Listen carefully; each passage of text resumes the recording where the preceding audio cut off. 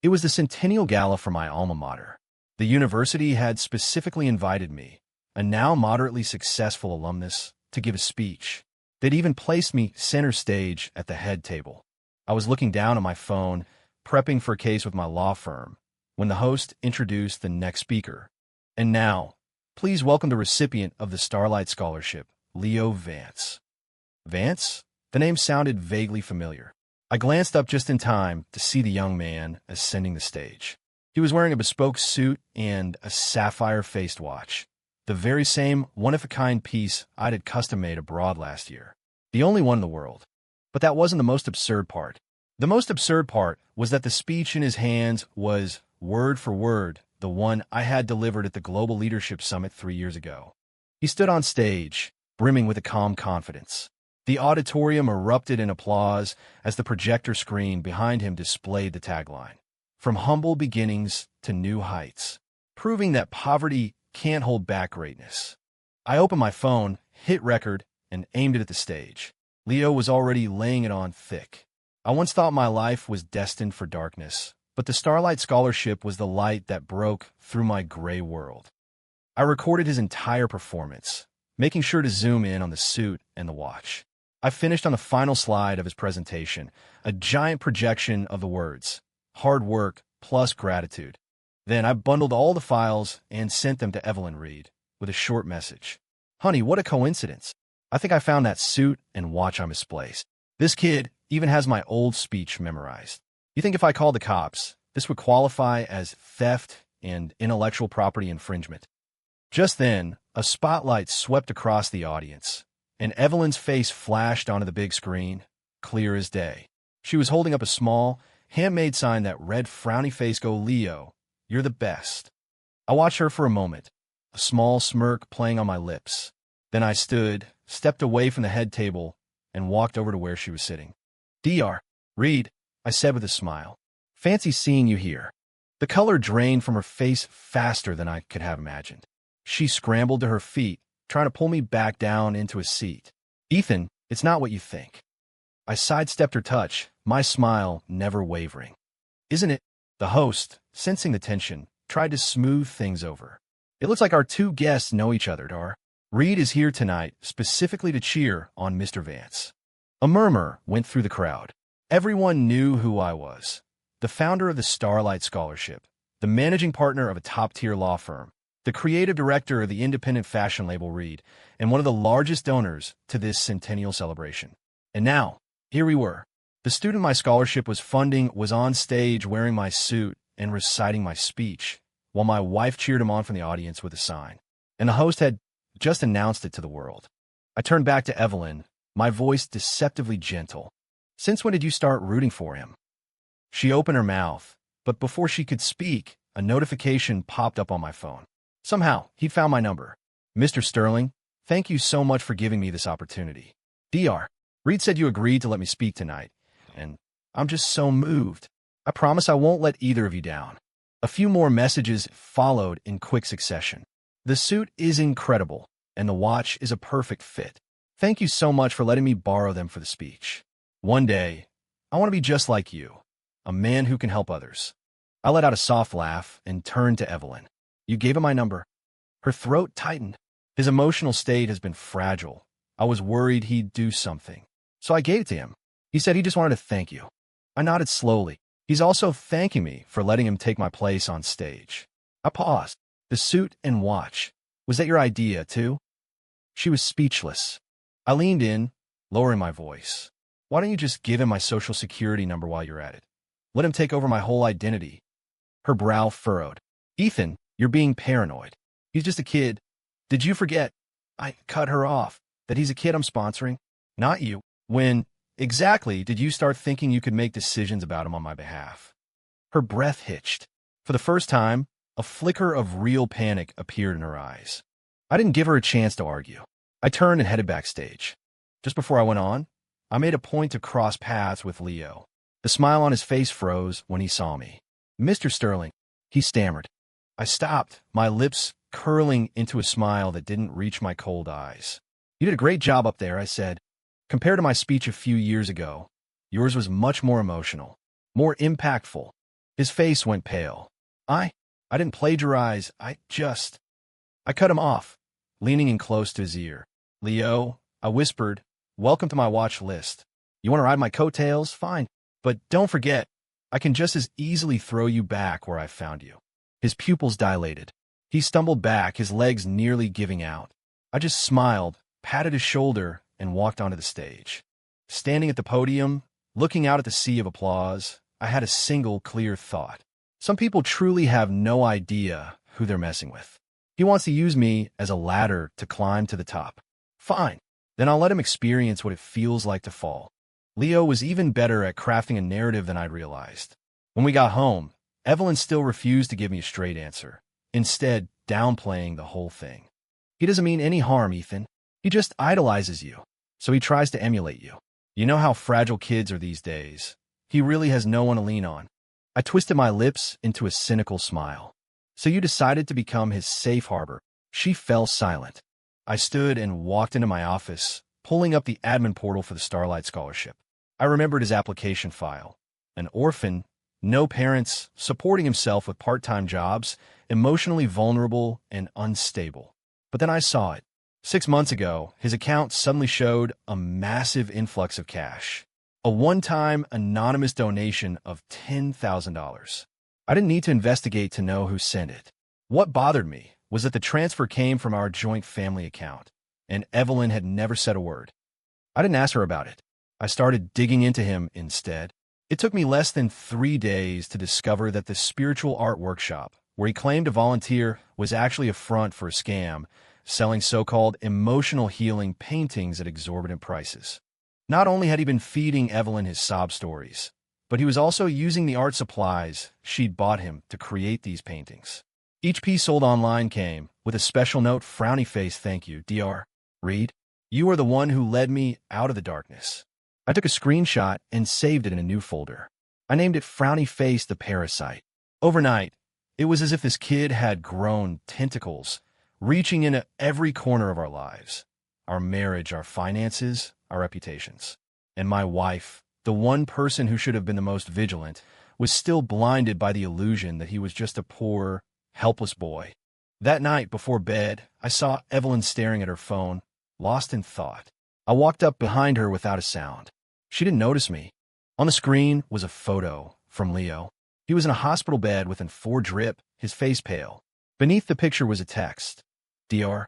Reed, I really don't want to be a burden, but I truly have no one else. I'm so sorry. I made a small noise. Her hand jerked, and she instantly locked the screen. When did you get so quick with the lock button? I asked, my voice flat. She nervously tucked a strand of hair behind her ear. He's in a hospital. He had an emotional breakdown and told me not to tell anyone. I was just trying to calm him down. And what about calming your husband down? Seeing my placid expression seemed to unnerve her more than anger would have. Ethan, nothing happened between us. I just want to help him. You know, I've been doing psychological intervention for years, and I'm terrified of these extreme cases. He's just so sensitive. I stared at her. And if he dies, are you prepared to take responsibility? If he's genuinely sick, why not call a student advisor? Why not see a doctor? Why not call 911? No, he calls you a married woman. What do you think you are to him? You're a tool. However pathetic he acts in front of you is how cunning he is in front of everyone else. You're just another fish in his pond. She was stunned into silence. I turned and walked upstairs, tossing one last comment over my shoulder. If you still want to save him, then starting tomorrow, we separate our finances. From now on, every single penny he gets from you, I want to know where it came from. Lately, Evelyn had been saying she was busy at work, coming home after 10 every night for 3 days straight. I didn't press her, but one night, she forgot to turn off her location sharing, and it revealed everything. Her car was parked outside one of the most expensive restaurants downtown, the same one where we had our first date, on our wedding anniversary. I didn't call. I didn't text. I just quietly switched to a private social media account. And there it was. A new Instagram story from Leo. First time ever eating at a place like this. Thank you, Dr. Reed. The photo was of 2 clinking wine glasses, a candle flickering on the table. In the corner of the shot was a woman's arm, wearing the familiar beige lace cuff of a blouse I knew well. The watch on her wrist was the anniversary gift I'd given her. I stared at the screen, my fingers slowly clenching into a fist. Just last night, she told me she was pulling an all-nighter at the office. But here she was, celebrating the birthday of a 20-year-old kid, adorned with the gifts I'd given her. I didn't disturb them. I just opened our banking app and checked her recent expenses. I zoomed in on the last item. It was from a boutique of a luxury brand for a men's leather belt. I suddenly remembered seeing a belt with a high-end logo on Leo when he was on stage. It looked familiar because I had bought the exact same one for myself. Mine was still in its box, unopened, in my closet. I closed my phone and sent a text to my personal accountant. Effective immediately, suspend Evelyn Reed's access to the family expense account. All large transfers will now require my personal authorization. Also, pull her spending records for the past 6 months. After that, I went to my closet and took out the unopened belt. The next morning, I placed it on the breakfast table. Evelyn came downstairs after her shower, freezing when she saw the gift box. "What's this?" I smiled. "A present." She opened it hesitantly. When she saw the belt, identical to the one she'd just bought, her expression stiffened. "Isn't this the one you just bought yesterday?" I asked with a grin. I suddenly decided I wanted one too, but it would be embarrassing to wear the same thing. Evelyn was speechless, her face a shifting canvas of white and red. I stopped looking at her, speaking casually. "Our company's anniversary gala is next week. All the industry leaders will be there, and so will my parents. Don't be late." She hesitated for a second. "That day, it's also Leo's birthday. He said he wanted to invite me." My fork and knife clattered against my plate. I looked up at her, my voice still dangerously calm. "So tell me, Dr. Reed, do you really see him as just your patient? Or are you starting to hope that one day his thank you, Dr. Reed, will turn into thank you, honey?" She froze, and for the first time, I saw genuine fear in her eyes. I wiped my mouth, stood up, and headed for my office, leaving her with one final thought. "If you don't want to come, that's fine. I can book you a hotel room in advance. The kind you can stay in with him forever."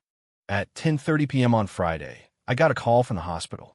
My father had a sudden angina attack and had just been admitted to the ICU. I bolted out of the conference room, hailing a cab while frantically dialing Evelyn's number. She didn't answer. A text came through instead. "Got pulled into something last minute at work. Super busy. Talk when I get home." I stared at the words and let out a cold, humorless laugh. Then I opened her location sharing. I turned it on a while back to make it easier to pick her up from work. We'd both forgotten to turn it off. Her location pinged at the Starlight Hot Springs Resort, on the couple's floor. It all clicked. Today was the day Leo had posted his birthday countdown on social media. My father was in the ICU, and she was offered a spa with someone else? Perfect. I calmly instructed my assistant to handle my father's hospital admission, then drove straight to the resort. On the way, I opened my burner social media account and looked at Leo's latest post, which was visible only to a select group of friends. "Snuck away for a trip with Dr. Reed. I've never had such a happy birthday. Thank you, I like you so much." The picture was a selfie by a hot spring pool. He was wearing a bathrobe, slightly open to show off a hint of abs. At the edge of the frame was that familiar lady's watch with its distinct pink face. I recognized it immediately. It was the limited edition one I'd given Evelyn. He'd even added a caption. "Dr. Reed said we should turn off our phones tonight and just focus on me." I smiled. How considerate of them not to want to be disturbed. When I got to the hotel, I didn't bother with the front desk. I had my private investigator, who had already booked a room, pull their check-in information and security footage. It didn't take long. Room 803. I didn't knock. I did only one thing. I posted the screenshots from his social media account to my own public Twitter and Instagram, adding a caption. "My father was just admitted to the ICU. My wife is working late with her phone off. Turns out she's at a couple's resort celebrating her student's birthday. He's wearing my clothes, my watch, and spending my money. So, how much time should I give them to pack their bags?" My social media exploded. I've always had a significant following, and with my firm's reputation, the post went viral almost instantly. It was shared, screenshotted, and flooded with comments. "Wait, is that Dr. Evelyn Reed? Didn't she do that couple's interview, and everyone was calling her a role model? Her student? At a resort?" My brain is short-circuiting. I sat in my car, watching the shares skyrocket as I calmly dialed the hotel's front desk. Room 803, I said. This is her husband. Please inform the occupants that in 15 minutes, their room will be the focus of intense media attention. They should prepare themselves. It didn't even take 5 minutes. Evelyn's calls started flooding in, one after another. I let 10 go to voicemail before answering. Her voice was frantic. Ethan, where are you? What did you post? I chuckled. Right downstairs, darling. I'll give you 5 minutes to get down here and explain yourself. Or I could bring the media up right now and let everyone see just how noble DR. Reed's private life is. Silence on the other end. A minute later, I watched as Evelyn stumbled out of the hotel elevator, her expression frantic, her hair a mess, her steps panicked. The moment she saw me, her eyes filled with terror. Ethan, it's not what you think. I walked up to her and slapped her across the face. Hard. She staggered back from the force of it. I stared at her, my voice as cold as ice. My father is in the ICU, and you're in a goddamn hot spring. The slap had been severe. She stood at the hotel entrance for 10 minutes, trying to grab my arm and offer pathetic explanations about him being emotionally unstable, about how she was afraid he would hurt himself, about how she was just helping him work through his issues. I didn't listen to a word of it. I just stared at her coldly and said, You're the one on his path now? I no longer care whether you turn back or not. All I care about is whether the two of you can handle what's coming. The moment I got home, I called the director of the Starlight Scholarship. Effective immediately, all of Leo Vance's scholarship benefits are terminated. I want a permanent black mark placed on his record in the system. I'll send over a formal explanation. My assistant was stunned. But Mr. Sterling, you personally selected him as a priority candidate. The media just did a feature story on him. Kill it, I said, devoid of any emotion. I gave him those resources. It's my right to take them back. Next, I contacted the university's administrative office. Leo Vance's status as a student representative needs to be revoked. He is suspected of misrepresentation and conduct unbecoming of a scholarship recipient, which violates our ethical standards. I suggest the university monitor him closely. After that, I opened the chat screenshots between Evelyn and Leo, confirming the last exchange. His final message to her was frowny face DR. Reed, I can't hold on much longer. Please don't make me go through this alone. And Evelyn's reply, frowny face, as long as I'm here. No one can let you fall. I stared at her words, let out a small laugh, and forwarded the screenshot to my anonymous Twitter account with a new caption, frowny face, look how devoted she sounds. It's a shame she said the exact same thing to me 2 years ago, on the night my mother was dying. That screenshot ignited a second firestorm online. The followers who had once praised Evelyn as a beautiful, gentle, and strong woman began to turn on her in droves. The next afternoon, she burst in my office. She didn't even knock. Ethan, you've gone too far, she seethed. You know he depends on that scholarship to stay in school and on my support to live. After what you did, he's about to be kicked out of his dorm. He's on the verge of a complete breakdown. I closed the file in my hands and looked up at her. Dr. Reed, as far as I recall, we never adopted a son. Relying on a scholarship doesn't give him the right to use those resources to seduce you. Relying on your support doesn't give him the right to wear my clothes and post pictures online. If he's having a breakdown, there are plenty of psychiatrists I can recommend. As a doctor yourself, you should know better than to get emotionally involved. She glared at me. He's just a poor, unfortunate soul. He's a con artist, I retorted, a parasitic personality who can feign a crisis while expertly manipulating you. You're just a victim he chose for his latest role. Actually, you're not a victim yet. Right now, you're just a fool. She was speechless. I had no intention of wasting any more breath. I've had the divorce papers drawn up. You don't have to sign them. Not yet. But from this day forward, he will disappear from your life. The money he used was mine. The apartment he lives in was paid for by me. The scholarship he's on was created by me. Even you, the image of a perfect wife he was so taken with, were packaged by me. And I'm taking it all back. She stared at me, her eyes filled with a deep, burning hatred for the first time. You're just a control freak, she spat. That's why I was drawn to him. He just wanted to show his gratitude, to stand on his own 2 feet. You're the one who pushed him to the edge. I stood up, a cold smile on my face as I looked her straight in the eye. Evelyn, I don't care if he breaks down or not. What I care about is when you decided that his suffering entitled him to a piece of my life. At 6 in the morning, my phone rang. The screen showed an unknown number. I wasn't going to answer, but some strange impulse made me swipe the screen. Hello, is this Mr. Sterling? This is the emergency department at City General Hospital. We have a young man here named Leo Vance. He attempted to jump from a building this morning, but is now in stable condition. We found your business card in his wallet. He said the reason he did it was because you cut off his funding and he had nowhere else to turn. I burst out laughing. Nowhere to turn. I hung up, got dressed, and drove straight to the hospital. When the elevator doors opened, I saw Evelyn kneeling on the floor outside his room, her eyes red and swollen, looking for all the world like a woman grieving over her gravely injured lover. Inside, Leo was wrapped in bandages, his face scratched, his eyes staring blankly at the ceiling. I walked up and stood between them. Evelyn saw me and shot to her feet, grabbing my arm. What are you doing here? Did you come to make sure he's not dead enough for your liking? My eyes narrowed. Say that again. She gritted her teeth. Why did you have to push him this far? He's just a boy trying to change his fate. He did nothing wrong. Ethan, are you only happy when you're crushing people beneath your heel? You're a cold-blooded monster. You're a murderer. The hallway fell silent. Nurses and doctors stopped in their tracks, all eyes on us. I looked at the hatred in her eyes, the gaze of someone who now saw me as her sworn enemy. I let out a soft chuckle and pulled my arm from her grasp. I took back my money. I cut off the funding I provide. I protected the brand I built. And that's what pushed him to this. Evelyn, you've lost your mind. She stopped talking, her hand trembling as she reached for the door to his room. I blocked her way. Not so fast. Remember the Starlight Scholarship Agreement we all signed? It explicitly states, the recipient shall not, in any form, harass the donor or the donor's family. Upon discovery, the scholarship will be immediately terminated, and legal action may be pursued. A copy of that agreement has already been sent to my lawyers.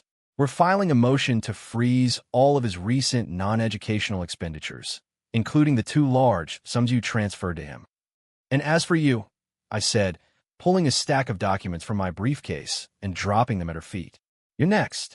Malicious misappropriation of marital assets, concealment of finances, and unauthorized gifting of valuable property to a third party. She stood there, completely frozen. You're really going to be this cruel? I enunciated every word. It's you two who are filthy. Besides being a lawyer, I am also the founder of Fashion House. The launch of my brand Reed's new collection was scheduled for next Wednesday.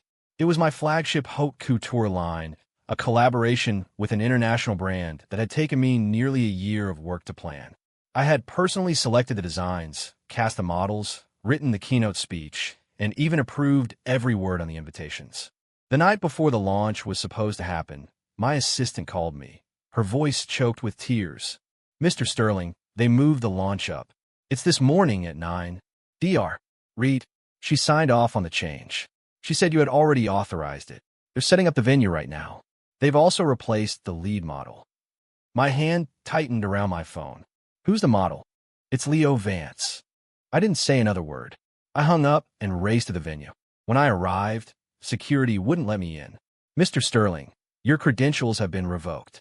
We have verbal confirmation from Ms. Reed. I slammed my hand on the registration desk.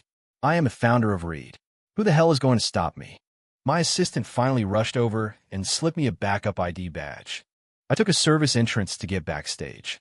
When I pushed open the door, the first thing I saw was Leo Vance, standing in front of a full-length mirror, wearing the collection's signature piece, the Ikitas, a stunning platinum white suit. He was holding the speech I was still editing last night, reciting the lines as if he'd been practicing. Standing beside him, looking regal in a black evening gown, was Evelyn. Don't be nervous, she was telling him quietly. I've already spoken to the media. All you have to do is naturally deliver the line. I'm only standing here today, thanks to Dr. Reed. Leo smiled. You're the most important person in my life. I stood in the doorway, then started walking toward them, my leather shoes making heavy, deliberate sounds on the polished floor. They both spun around. Go on, I said. Don't let me interrupt. That's some impressive acting, much more convincing than your little suicide stunt. Evelyn's face went white. Ethan, how did you? How did I get in? I sneered. This launch, from the name to the script, from the clothes to the set design, even the goddamn shoes on your feet, was all my work. Did you really think you could move some files around, swap out a model, and delete a few emails, and I wouldn't find out? Evelyn, who gave you the delusion that you could touch me? Leo looked terrified and rushed to Evelyn's side. It wasn't my idea. I just wanted to help you fulfill your dream, to do something for you. Shut up, I said, pointing at him. You don't get to talk about dreams while standing on a stage I built. Do you have any idea how much work you're trampling on right now? Do you know that the suit you're wearing took me 3 months of sleepless nights to sketch and 5 separate trips to Paris to get the prototype right? Evelyn's face hardened. I just wanted to give him a chance. He's been working so hard. He's been working hard. I cut her off. Is that what you call sleeping with my wife, stealing my designs, and faking a mental breakdown? Evelyn, are you blind or just stupid? All around us, media cameras were quietly turning on. My assistant had already told me a live feed was being projected onto the main screen. I turned to face the press. Today's launch is canceled. It has been compromised by an insider, an infringer, a morally bankrupt doctor, and a homewrecker attempting to usurp the creative director's position. But don't worry, they haven't succeeded. I pulled a copy of the emergency court injunction and the brand asset recovery claim from my briefcase and held them up for the cameras. As of this moment, Evelyn Reed and Leo Vance are under investigation for the theft of Reed's commercial property, illegally accessing company systems to alter schedules, and maliciously impersonating the brand's founder. The matter is now in the hands of the justice system. 9.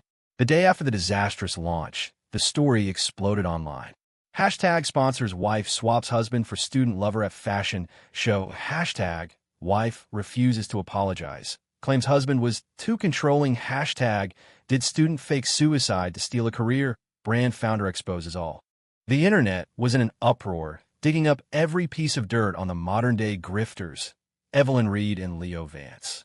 Meanwhile, I sat in my office, sipping premium tea and reviewing equity transfer documents. My assistant gave me an update.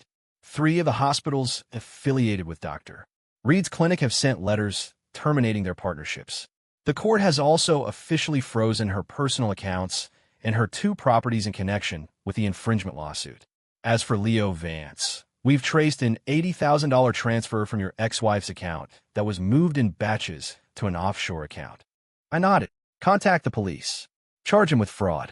And while you're at it, have a reporter get some shots of the former charity case, quietly moving his things out of his apartment in the middle of the night. Pin it to the top of our Twitter feed. I stamped my official seal on a legal recovery letter and pushed it across my desk. Evelyn had tried to salvage her reputation, but the major psychology forums banned her IP address, and former patients organized online to report her for unethical conduct. She tried calling friends to borrow money, but they all hung up on her. The next morning, her car was repossessed right as she was leaving her house. The court had frozen all her assets. She was now on a credit blacklist. Her credit cards were declined. When she tried to call Leo, his phone went straight to voicemail. That night, she finally got a call from the police. Ms. Reed, we need you to come in for questioning regarding a large sum of money transferred between your account and that of a fraud suspect who is currently a flight risk. She was stunned. She watched as her credit was ruined, her reputation destroyed, her bank accounts emptied, and her parents became so ashamed they were hospitalized with stress. Like a madwoman, she ran to the Sterling Group headquarters to find me. It was a rainy night. She was soaked to the bone, a pathetic mess. Ethan, you win. Just let me go, she begged. I have nothing left.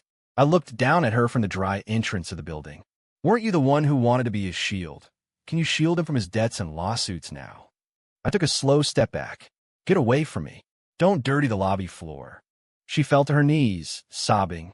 Ethan, we were married for 10 years. Please, just give me a chance to survive. I let out a soft laugh. I'll give you one chance. You love psychology so much, don't you? The janitorial department at the Sterling Group is looking for someone to scrub toilets. And every day, when you come in and when you leave, you will bow to me. 10. The day Leo was arrested, the headline on Twitter was particularly ironic. Hashtag charities Prince Charming arrested, Destination of 1 million donations, unknown hashtag behind the student's fraud case, a shadowy connection to a prominent doctor. I watched the live feed of him being shoved into a police car, then switched to another screen with a single tap. It was a view of the interrogation room at the precinct. Access like this was a privilege of my connections. He was crying. It wasn't me. It was Dr. Reed. She told me to use the money for a project. That's why I did it. She said, "Don't worry. We have Ethan Sterling's money to back us up." So I wasn't afraid. I was just doing what she said. I just love her. Meanwhile, in a separate room, Evelyn was giving her statement to the police. He told me he couldn't pay his rent and was going to kill himself. So I felt sorry for him and transferred the money. He kept saying, "If you help me, I'll give you anything." And I just had a moment of weakness. I honestly had no idea he was misusing the funds. He tricked me, too. The two of them were like snakes trapped in the same cage, first biting each other, then turning on the hand that once fed them. I sat in my conference room, watching it all unfold with cold detachment. My assistant couldn't help but chuckle. One says she told me to lie, and the other says he seduced me. It's like watching a reality TV show about dogs turning on each other. I smiled faintly. That's because they are dogs. They used to be pets, well-fed by their owner. Now that I've abandoned them, they've become strays, tearing each other apart. The police investigation progressed quickly. Leo Vance was suspected of fraud amounting to nearly $150,000. Evelyn Reed was being investigated as an accomplice for assisting in the transfers and concealing information. All their shared assets were frozen and would be liquidated at a judicial auction after the investigation. I had my legal team issue a public statement regarding the illegal alteration of Reed brand resources and the abuse of a former brand consultant's position. We have completed our evidence collection and have submitted it to our legal team for prosecution. Our brand will never employ individuals who violate professional ethics, nor will we tolerate plagiarism or betrayal in any form. Within 10 minutes, the post had over 10,000 retweets. The comment section was on fire. I opened a direct message from a journalist who had interviewed me once. "Mr. Sterling, are you satisfied with this outcome, seeing them turn on each other?" I replied with 4 words. Not even close, 11. It was the day of the Reed Autumn/Winter collection launch. As the founder, I sat in the front row, center seat. The room was packed with global buyers, media, fashion influencers, and hundreds of our partners. Outside, a call came through from security at the front desk. "Mr. Sterling, there's a Ms. Reed here who claims to be your ex-wife. She's begging to see you." I set down the document in my hand. "Tell her to wait on her knees." The guard paused. "Sir, she's already kneeling." I glanced out the window at the rain-soaked city, a faint smile on my lips. The show was a massive success. I took the stage to talk about the design philosophy behind the new collection, and the applause was thunderous. Afterward, I made my way downstairs and out to the entrance of the Sterling Tower. Evelyn was kneeling right there, drenched, looking like a stray dog that had been run over and left in a mud puddle. She looked up when she saw me, her eyes bloodshot, a raw wound on her forehead from pressing it to the ground. Rain mixed with blood and grime, plastering her hair to her skull. She was the picture of utter ruin. Ethan, I was wrong. I'm sorry for what I did to you, to our marriage. I'm begging you, please. Give me one more chance." She started crawling toward me like a feral animal, trying to grab the hem of my pants. I took a cold step back. "Do you remember calling me a murderer? And look at you now. You got 3 years. You've been blacklisted from your profession. Your credit is destroyed. Your property is seized. And your parents are too ashamed to even leave their house. Did you really think crawling back to me like this would make me look at you twice?" She was trembling uncontrollably. I was wrong. I was so wrong. I was blinded by him.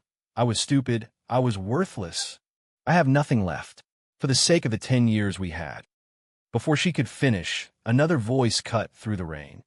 "Ethan, what did our family ever do to you? How can you be so heartless?" It was her mother, rushing forward and grabbing my hand. "Couples fight, but how could you just stand by and watch Evelyn end up like this? Ethan, I'm begging you. The Reed family can't take any more of this. Just give her a way out. She already knows she was wrong." I stood there, the rain drumming on my umbrella. I looked at their faces, a pathetic mix of pleading, anger, and resentment, as if they were the true victims that I said one simple thing. She doesn't deserve forgiveness. 12. Leo Vance's sentence came down quickly. Fraud, theft, misappropriation of funds, and running a fake charity. 8 charges in total. 3.5 years in prison and a $10,000 fine. Before being taken away, he screamed for the cameras, "I'll be back to take back what's mine." The live stream comments were brutal frowny face, "What's yours?" Ethan Sterling's watch, his wife, his company. "Here's a shovel. You can use it to dig your own grave when you get out." Meanwhile, Evelyn Reed's life had also reached its conclusion. She was permanently on the national credit blacklist, her company was bankrupt, her family home had been foreclosed on, and her parents were living on welfare in a tiny rental. She couldn't find a job. She had no friends, no resources, nothing. The last I heard of her was when my assistant handed me an urgent file. Evelyn had died in the hospital after a medical emergency. She'd left behind a single, handwritten note. "Ethan, I'm sorry. I was a bad judge of character. I was greedy. I was a fool. I should have known all along that you were the real light in my life. Can you forgive me just once? Evelyn." I folded the note and fed it into the shredder. She thought a simple sorry could erase the time, emotion, dignity, and trust one had lost. Too bad. I no longer needed it. I stood at the floor-to-ceiling window, looking out at the city lights blazing below. My assistant spoke softly from behind me. "Mr. Sterling, the global tour for the new Reed collection starts next month. Has the venue for the Paris premiere been confirmed?" I nodded, picking up a new design portfolio from my desk and opening it to the first page. Beneath the sketch was my signature, Ethan Sterling, founder of Reed. I smiled. "Let's go. It's time for Paris. I have much bigger stages to conquer."